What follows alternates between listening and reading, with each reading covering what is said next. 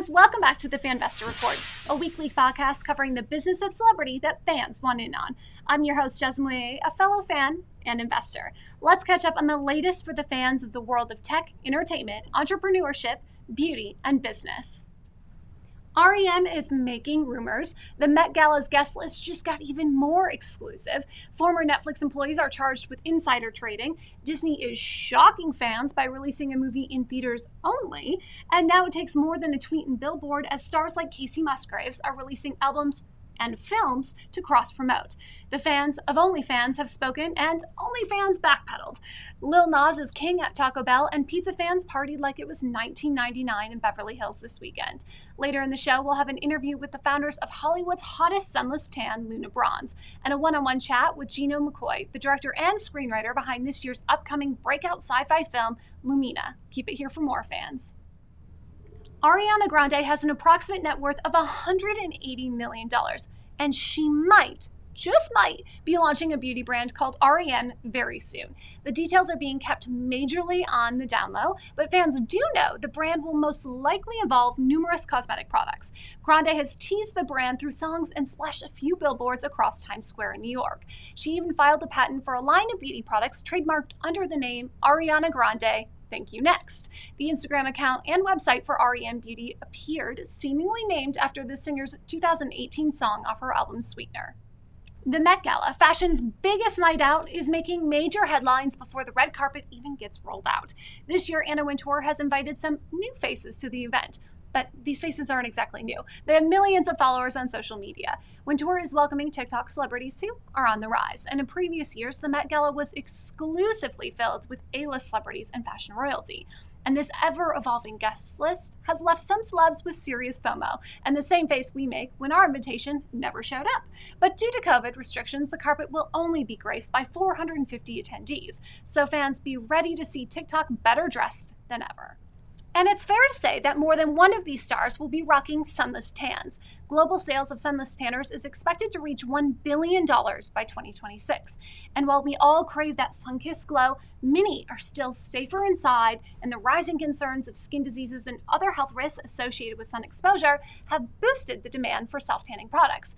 Up next, we have an interview with the founders of celeb favorite Luna Bronze, Madeline Balderson and Rhiannon Hall.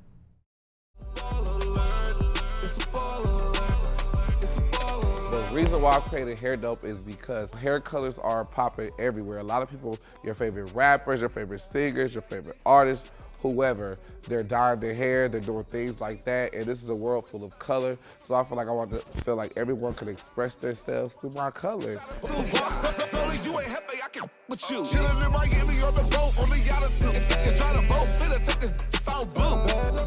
Well, to me, the importance of entrepreneurship is having a career that's longevity. You know, a lot of people jump into the game and into careers of being an entrepreneur and not having longevity in what they're doing. So that's what I really feel like. You have to put your all into it. It has to be from the heart. You have to have longevity. You have to be able to stay in and stay active.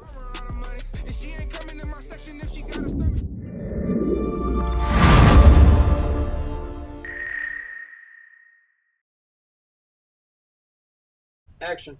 Hey fans, welcome back to the Fanvestor Report. I couldn't be more excited to welcome these two incredible co-founders to the show of Luna Bronze, Rhi and Maddie. Hi, ladies. Hi, Jezlan. Nice to meet you. It's so exciting to connect. I know you're all the way in Australia right now, but you're in your new office. Yes. Very exciting. Very bare at the moment, unfortunately, but we'll get there. We're in a very strict lockdown in Australia at the moment, so it's very hard to get anything organised and office furniture, and it's crazy times here in Australia. I can't even begin to imagine how this has affected your business, but I do know that sales of sunless tanning products have skyrocketed during the pandemic. Yeah, so like last year we were shipping everything from Australia. So we're talking about January, before we even really knew what was going to come. And we were shipping everything from Sydney here, and all of a sudden everything kind of just stopped. The brakes just ground to a halt. And we had to really scramble and get find a way to get our products into customers' hands really quickly, because all of a sudden we had this massive surge in demand for our products.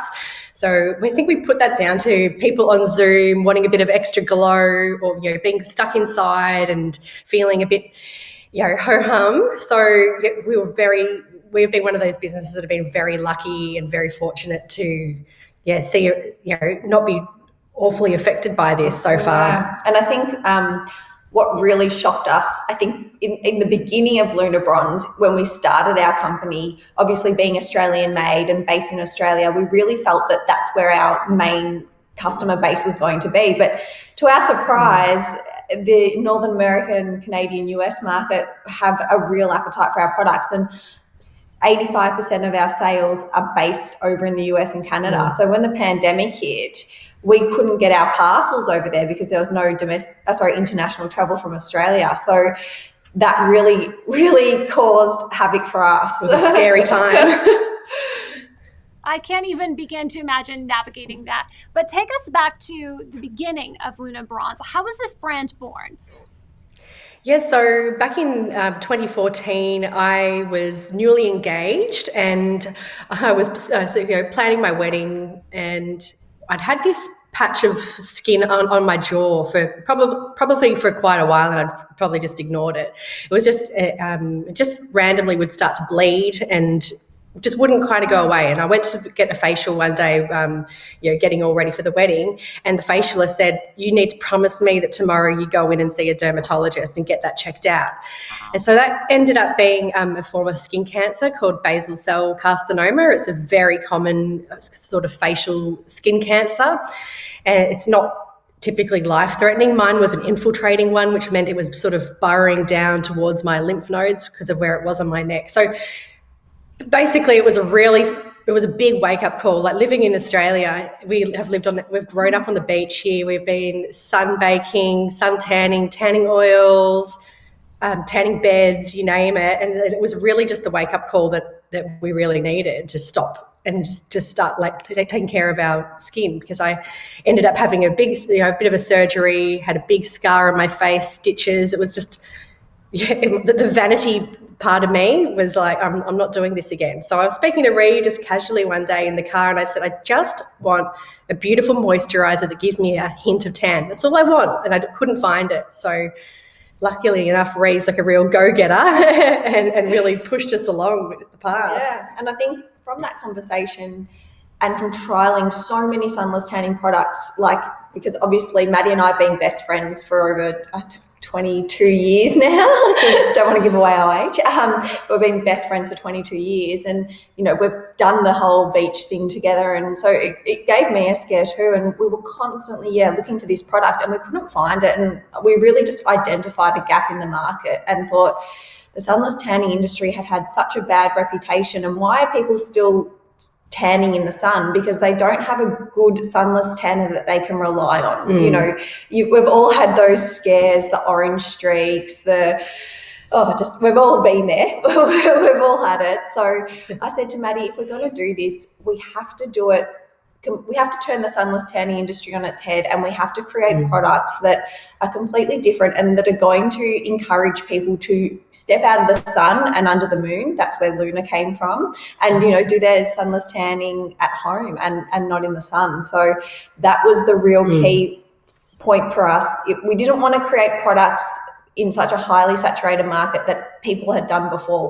We knew we had to make something completely different, and I think that's what's really helped our customers resonate towards our products. But navigating the world of startups is so tricky. I mean, how did the two work together? What led to your success? What do you wish you would have known then that you know now? Talk a little bit of that. It's beyond a need in the market and a great product. You built a very successful business. Yeah. It makes us laugh, because I feel like we're at this point now in the business. It's been 6 years since we launched Lunar Bronze, and this point that we're at right now, I feel like we're in the growing pain stage, where we've got to sort of improve, enhance, optimize our systems and our processes. But I look back and it feels like just yesterday that we were both working, Luna Bronze was our side hustle. We were both working full-time jobs. Rhi was living in a different state, so we were in 2 different states. Packing orders ourselves, just some of the stupid stuff we did to keep the business going. It was a real juggle, and I think hindsight. We've always said this in our whole friendship, but hindsight is a beautiful thing, and I think that we probably left it too long of working 2 jobs and Luna Bronze being our side hustle. So Luna Bronze, I think Maddie and I suffer a lot from imposter syndrome, and we weren't really realising how well our business was, how much potential it had and how well it was going. And it actually took our external CFO, we appointed an external CFO to come in who ran his eyes over the business and said, girls, you have proof in your concept here. You are doing so well. You need to really focus on this and really drive it forward. And, it's time to... That was the turning point, wasn't it? Cut the BS and really get this going. Your customers are in the US and Canada. Let's get fulfillment centers over there. We now have a fulfillment center in California and one in Ottawa. So we're really servicing our customers better. We should have done that. You asked what we should have done differently. That should have been a key focus 3 years ago, but we just didn't have the confidence in ourselves. We've got the confidence in the business, but Maddie and I really struggle within ourselves to sit back and reflect and go, hey, we're doing a good job. Yeah. Well, you've done an incredible job, and I super appreciate your transparency in that. As a fellow female entrepreneur and business leader, it can be so difficult to really step into those roles and recognize our own success and our own strengths. So bravo for doing that. Yeah. Who have been the best mentors for you in business? I'd say, I think we've got 2. Definitely our CFO, our external CFO, Lee. He's just been a really awesome sounding board for us and has given us, again, and I've also got another mentor who's mentored me in the sort of warehouse and logistics space. It's just like an area I didn't have much knowledge, and I won a grant through American Express for a mentor for a year. And both of them, I think, for us, has given us the confidence to really back ourselves, that we're not, I don't know if it's a female thing or like this imposter syndrome piece, but we're doing better and we know a lot more than what you think you do. I think all that second guessing yourself and doubting yourself, having these mentors have really cemented the idea that you're not crazy, you're not completely down the wrong track, but they've sort of nudged us along a little bit. So and I think getting back to that female thing, the sunless tanning industry, the main players in our category are actually owned by males. So the companies, the big sunless tanning companies that are doing really well and that are our competitors, they're all owned by males. So Maddie and I feel like we're this real, these, and we still feel young, but these young girls that are really sort of in this battlefield, and we're really trying, we're making these products for females. We know, and for males as well, but we know what they want. So we're really, every product we make, we're really thinking about our customer. Yeah. And they're in a way our mentors as well, because they're really paving the way for the products that we create.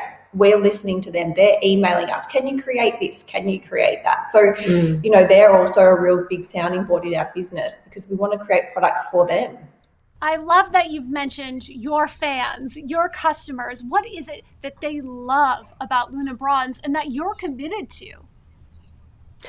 Yeah, I think that the big difference about our products is that we have dialed back the color tone. So, you're not going to get these crazy deep results that make you look like a completely different person. So I think people really appreciate that it's just them. It still looks like you, and you've just got that added glow, like you've just come back from holiday. It's not you've gone and stood in a spray tan booth for 10 hours, which some products can have that kind of effect. So I think our customers really appreciate that. They appreciate the fact that we're up to 99% natural certified organic ingredients. So we really minimize the sort of synthetics, which is they also love. Also the smell. So tanning smells, self-tan smells. I think everyone, guys would know the self-tan smells from their girlfriends or wives sleeping in bed with them.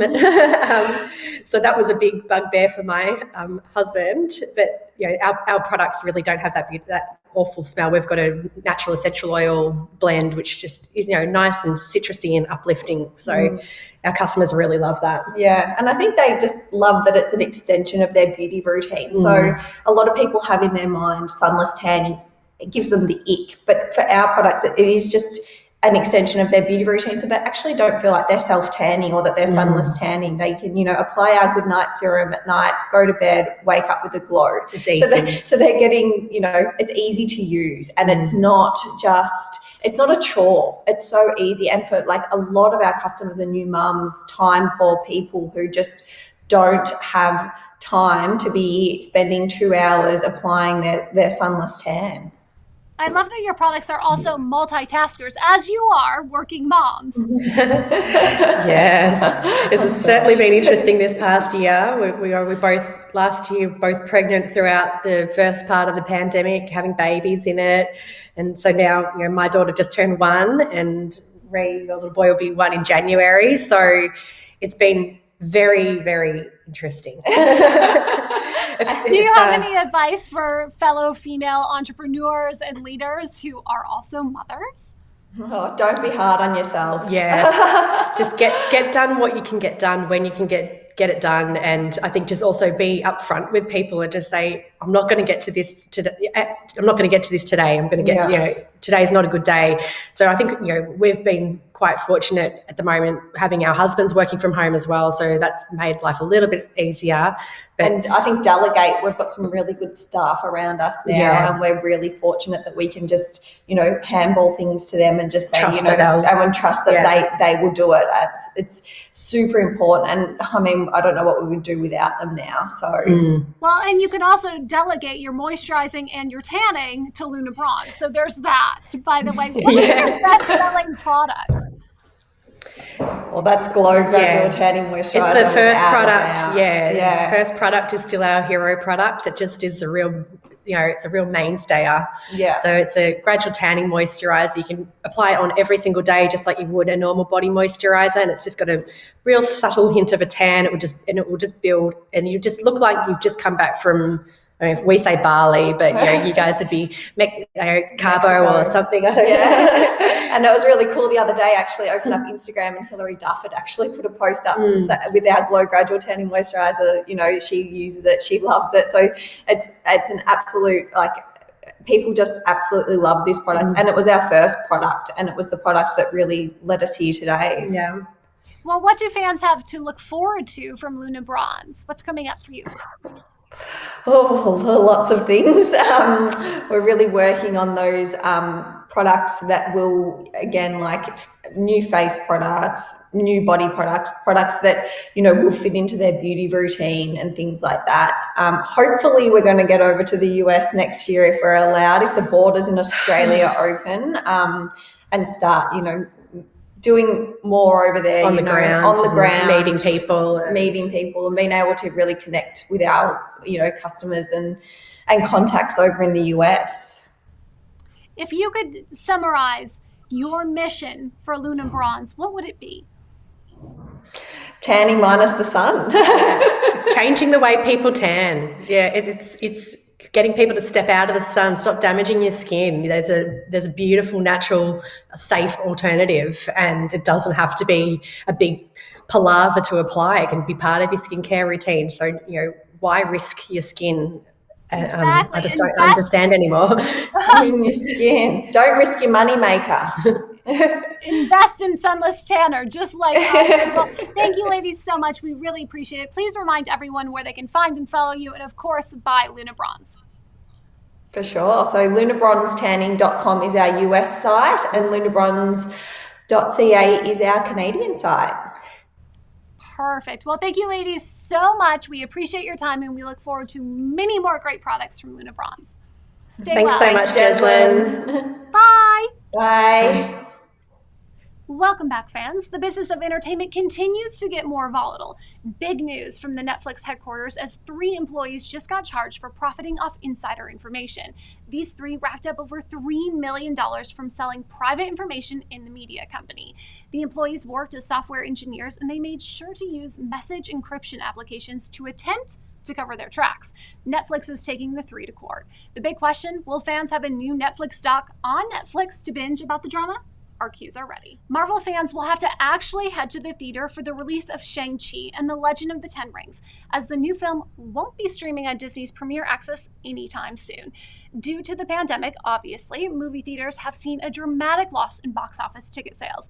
But after simultaneously releasing their latest blockbuster films on streaming services, Shang-Chi and the Legend of the Ten Rings will only be available in theaters, which makes it the first Marvel film to get a shortened theatrical release. The saga over performance contracts and the effort to boost the box office continues to shift the old Hollywood ways and the business of entertainment. 6-time Grammy Award winner Casey Musgraves is releasing her album, followed by a movie premiere. Star-Crossed is the name of the movie and the album that will be releasing September 10th. Musgraves said the film is described as a modern tragedy in 3 acts. And it's no surprise that the marketing strategy for new music is also a new movie. Other celebs have taken note, like Travis Scott and Halsey, and fans are taking all they can get with a side of popcorn. Fans, keep it here for our next interview with Gino McCoy, the director and screenwriter behind this year's upcoming breakout sci-fi film, Lumina, the first ever sci-fi film filmed entirely in Morocco, starring Golden Globe nominee Eric Roberts, Ken Lawson, and Eleanor Williams. Lumina is bold, cerebral, and distinctive from your standard alien movie fare. We're all fans of something, or someone, investing our time and loyalty, but getting little in return. Well, it's about to change forever with Fanvestor, a platform that lets you get in on celebrity businesses early on, buy shares of their new startups, support a charity and new product drops, and share once-in-a-lifetime experiences with them. What's up, it's Amari Stoudemire here, and we're launching Masa with Fanvestor to offer a limited edition, perks, products, and experience to my fans.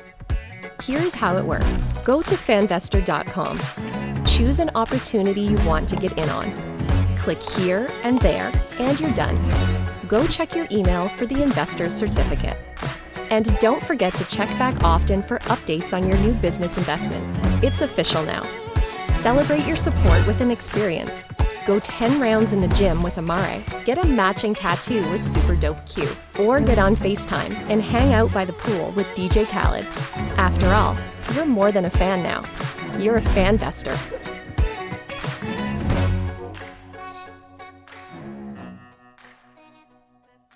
Action. Hey fans, welcome back to the Fanvestor Report. I'm so excited to welcome Gino McCoy to the show. Hi, Gino. Hi, how are you, Jazz? How's everything? Thank you so much for having me on the show. Of course. Well, we've been buzzing about the latest sci-fi breakout thriller, Lumina, your film. Tell us a little bit about it. Well, Luminous, it's an ensemble piece where a group of friends go in search of one of their friends' girlfriends who disappears, and she's abducted by extraterrestrials, and they go to help them search for her, and they get themselves in a lot of trouble with the U.S. government, with a lot of other authorities and people that they would expect to get themselves in trouble with. Well, fans of traditional alien fare, though, can expect something different this time. How is Lumina different? I think that it separates itself because you get into all the characters in the first act, second act. You get to know them. In a lot of sci-fi films, you really don't get to know the characters. Like outside of the fact, with X-Files, it was a TV series where you got to know Mulder and Scully throughout their entire journey. In this feature, you kind of get to know every single one of the characters, and they stand out. And I think that separates us because you actually get invested in the characters. So, and there's a twist too as well because it's a multi-genre type of movie because there's comedy in it, sci-fi, action. There's a little bit for everyone in it, I would say. You're really crossing multiple genres: sci-fi, horror, thriller, comedy. There's, when I wrote it, it was kind of like, I wanted to bring some levity to it. So for me, I felt like, someone wants to watch a sci-fi movie, yeah, but they also want to enjoy it. They also want to get a laugh out of it and stuff. So I think I infused a lot of different elements in it, and it really came off well with the actors because they really brought that like passion to the actual screen. Yeah, I got to work with them, and I got to do improv with them, and I'm like an actor's director because I've studied all the techniques, and I love working with actors, and I also love doing improv, and I also love working on different things or trying different things on set, for different scenes. So this was something really special for me. So I felt like, it infused a lot of different genres in there too. But it's still cohesive and the tone is still there. It's still even tone. So Speaking of the actors, the cast is phenomenal, and it includes Golden Globe nominee Eric Roberts. Tell us about working with him. Eric is great to work with. He is such a thespian. I think, you know, I've had like other friends that are A-list actors too, like Christopher Plummer and other people in the past that are good friends of ours. And I always enjoy working with thespians or actors that really fall into place. Like they would come on set, and we had a discussion before about the character and everything else, how we want to approach it, and very little direction with Eric. But he's a wonderful person to work with. He's a real professional. He's like a consummate professional. So I think on set working with him was like a joy to me because it was really fun working with him. Like it really dived in deep into that character and seeing him like bring out the character in the movie. On the Fanvestor Report, we talk a lot about the business of entertainment. I'm very curious from your experience recently making an independent film during the global pandemic in Morocco. What's your experience been like in the business and navigating it independently right now, especially when it comes to distribution?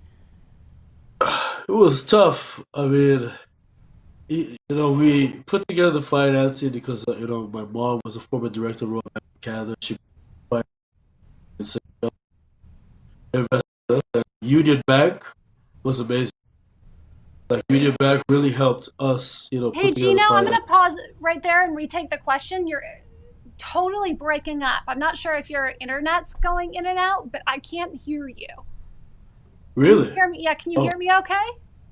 I can hear you perfectly. Oh, good. Okay, I'm going to take this question again then, so you can give your answer because obviously it's super important. We want to be able to understand you. So let's retake that, okay? Okay. Okay. Gino, I'm very curious about what your experience has been like as an independent filmmaker during the pandemic. Can you explain that and what it's been like? Well, it was a real journey trying to put together the finances to begin with. Linda, who is our, are you hearing me still? I don't know No. if he puts headphones in. Gino, do you have headphones? Could we maybe plug those in Yeah. and try and see if that would Yeah. work? Okay, Yeah. let's try that. Hold on. Thank Okay. you. Sorry, I had to interrupt. It was so That's all choppy. good, I yeah. couldn't understand what he was saying. Yeah. Let's see. Hopefully, you can fix that.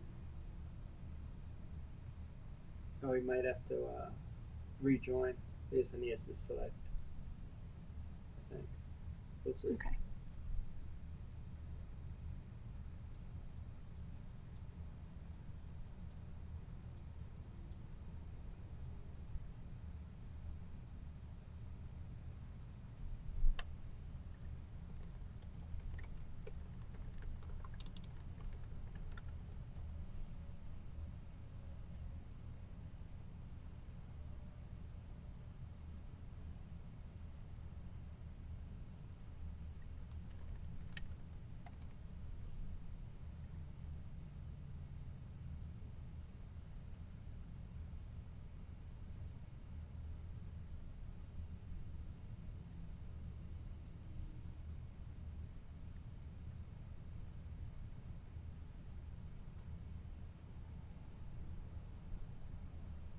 Hello.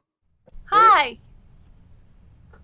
So could you hear me better now? Yeah, we can actually hear you better now. Okay, we'll take it from the same question again. We'll try this.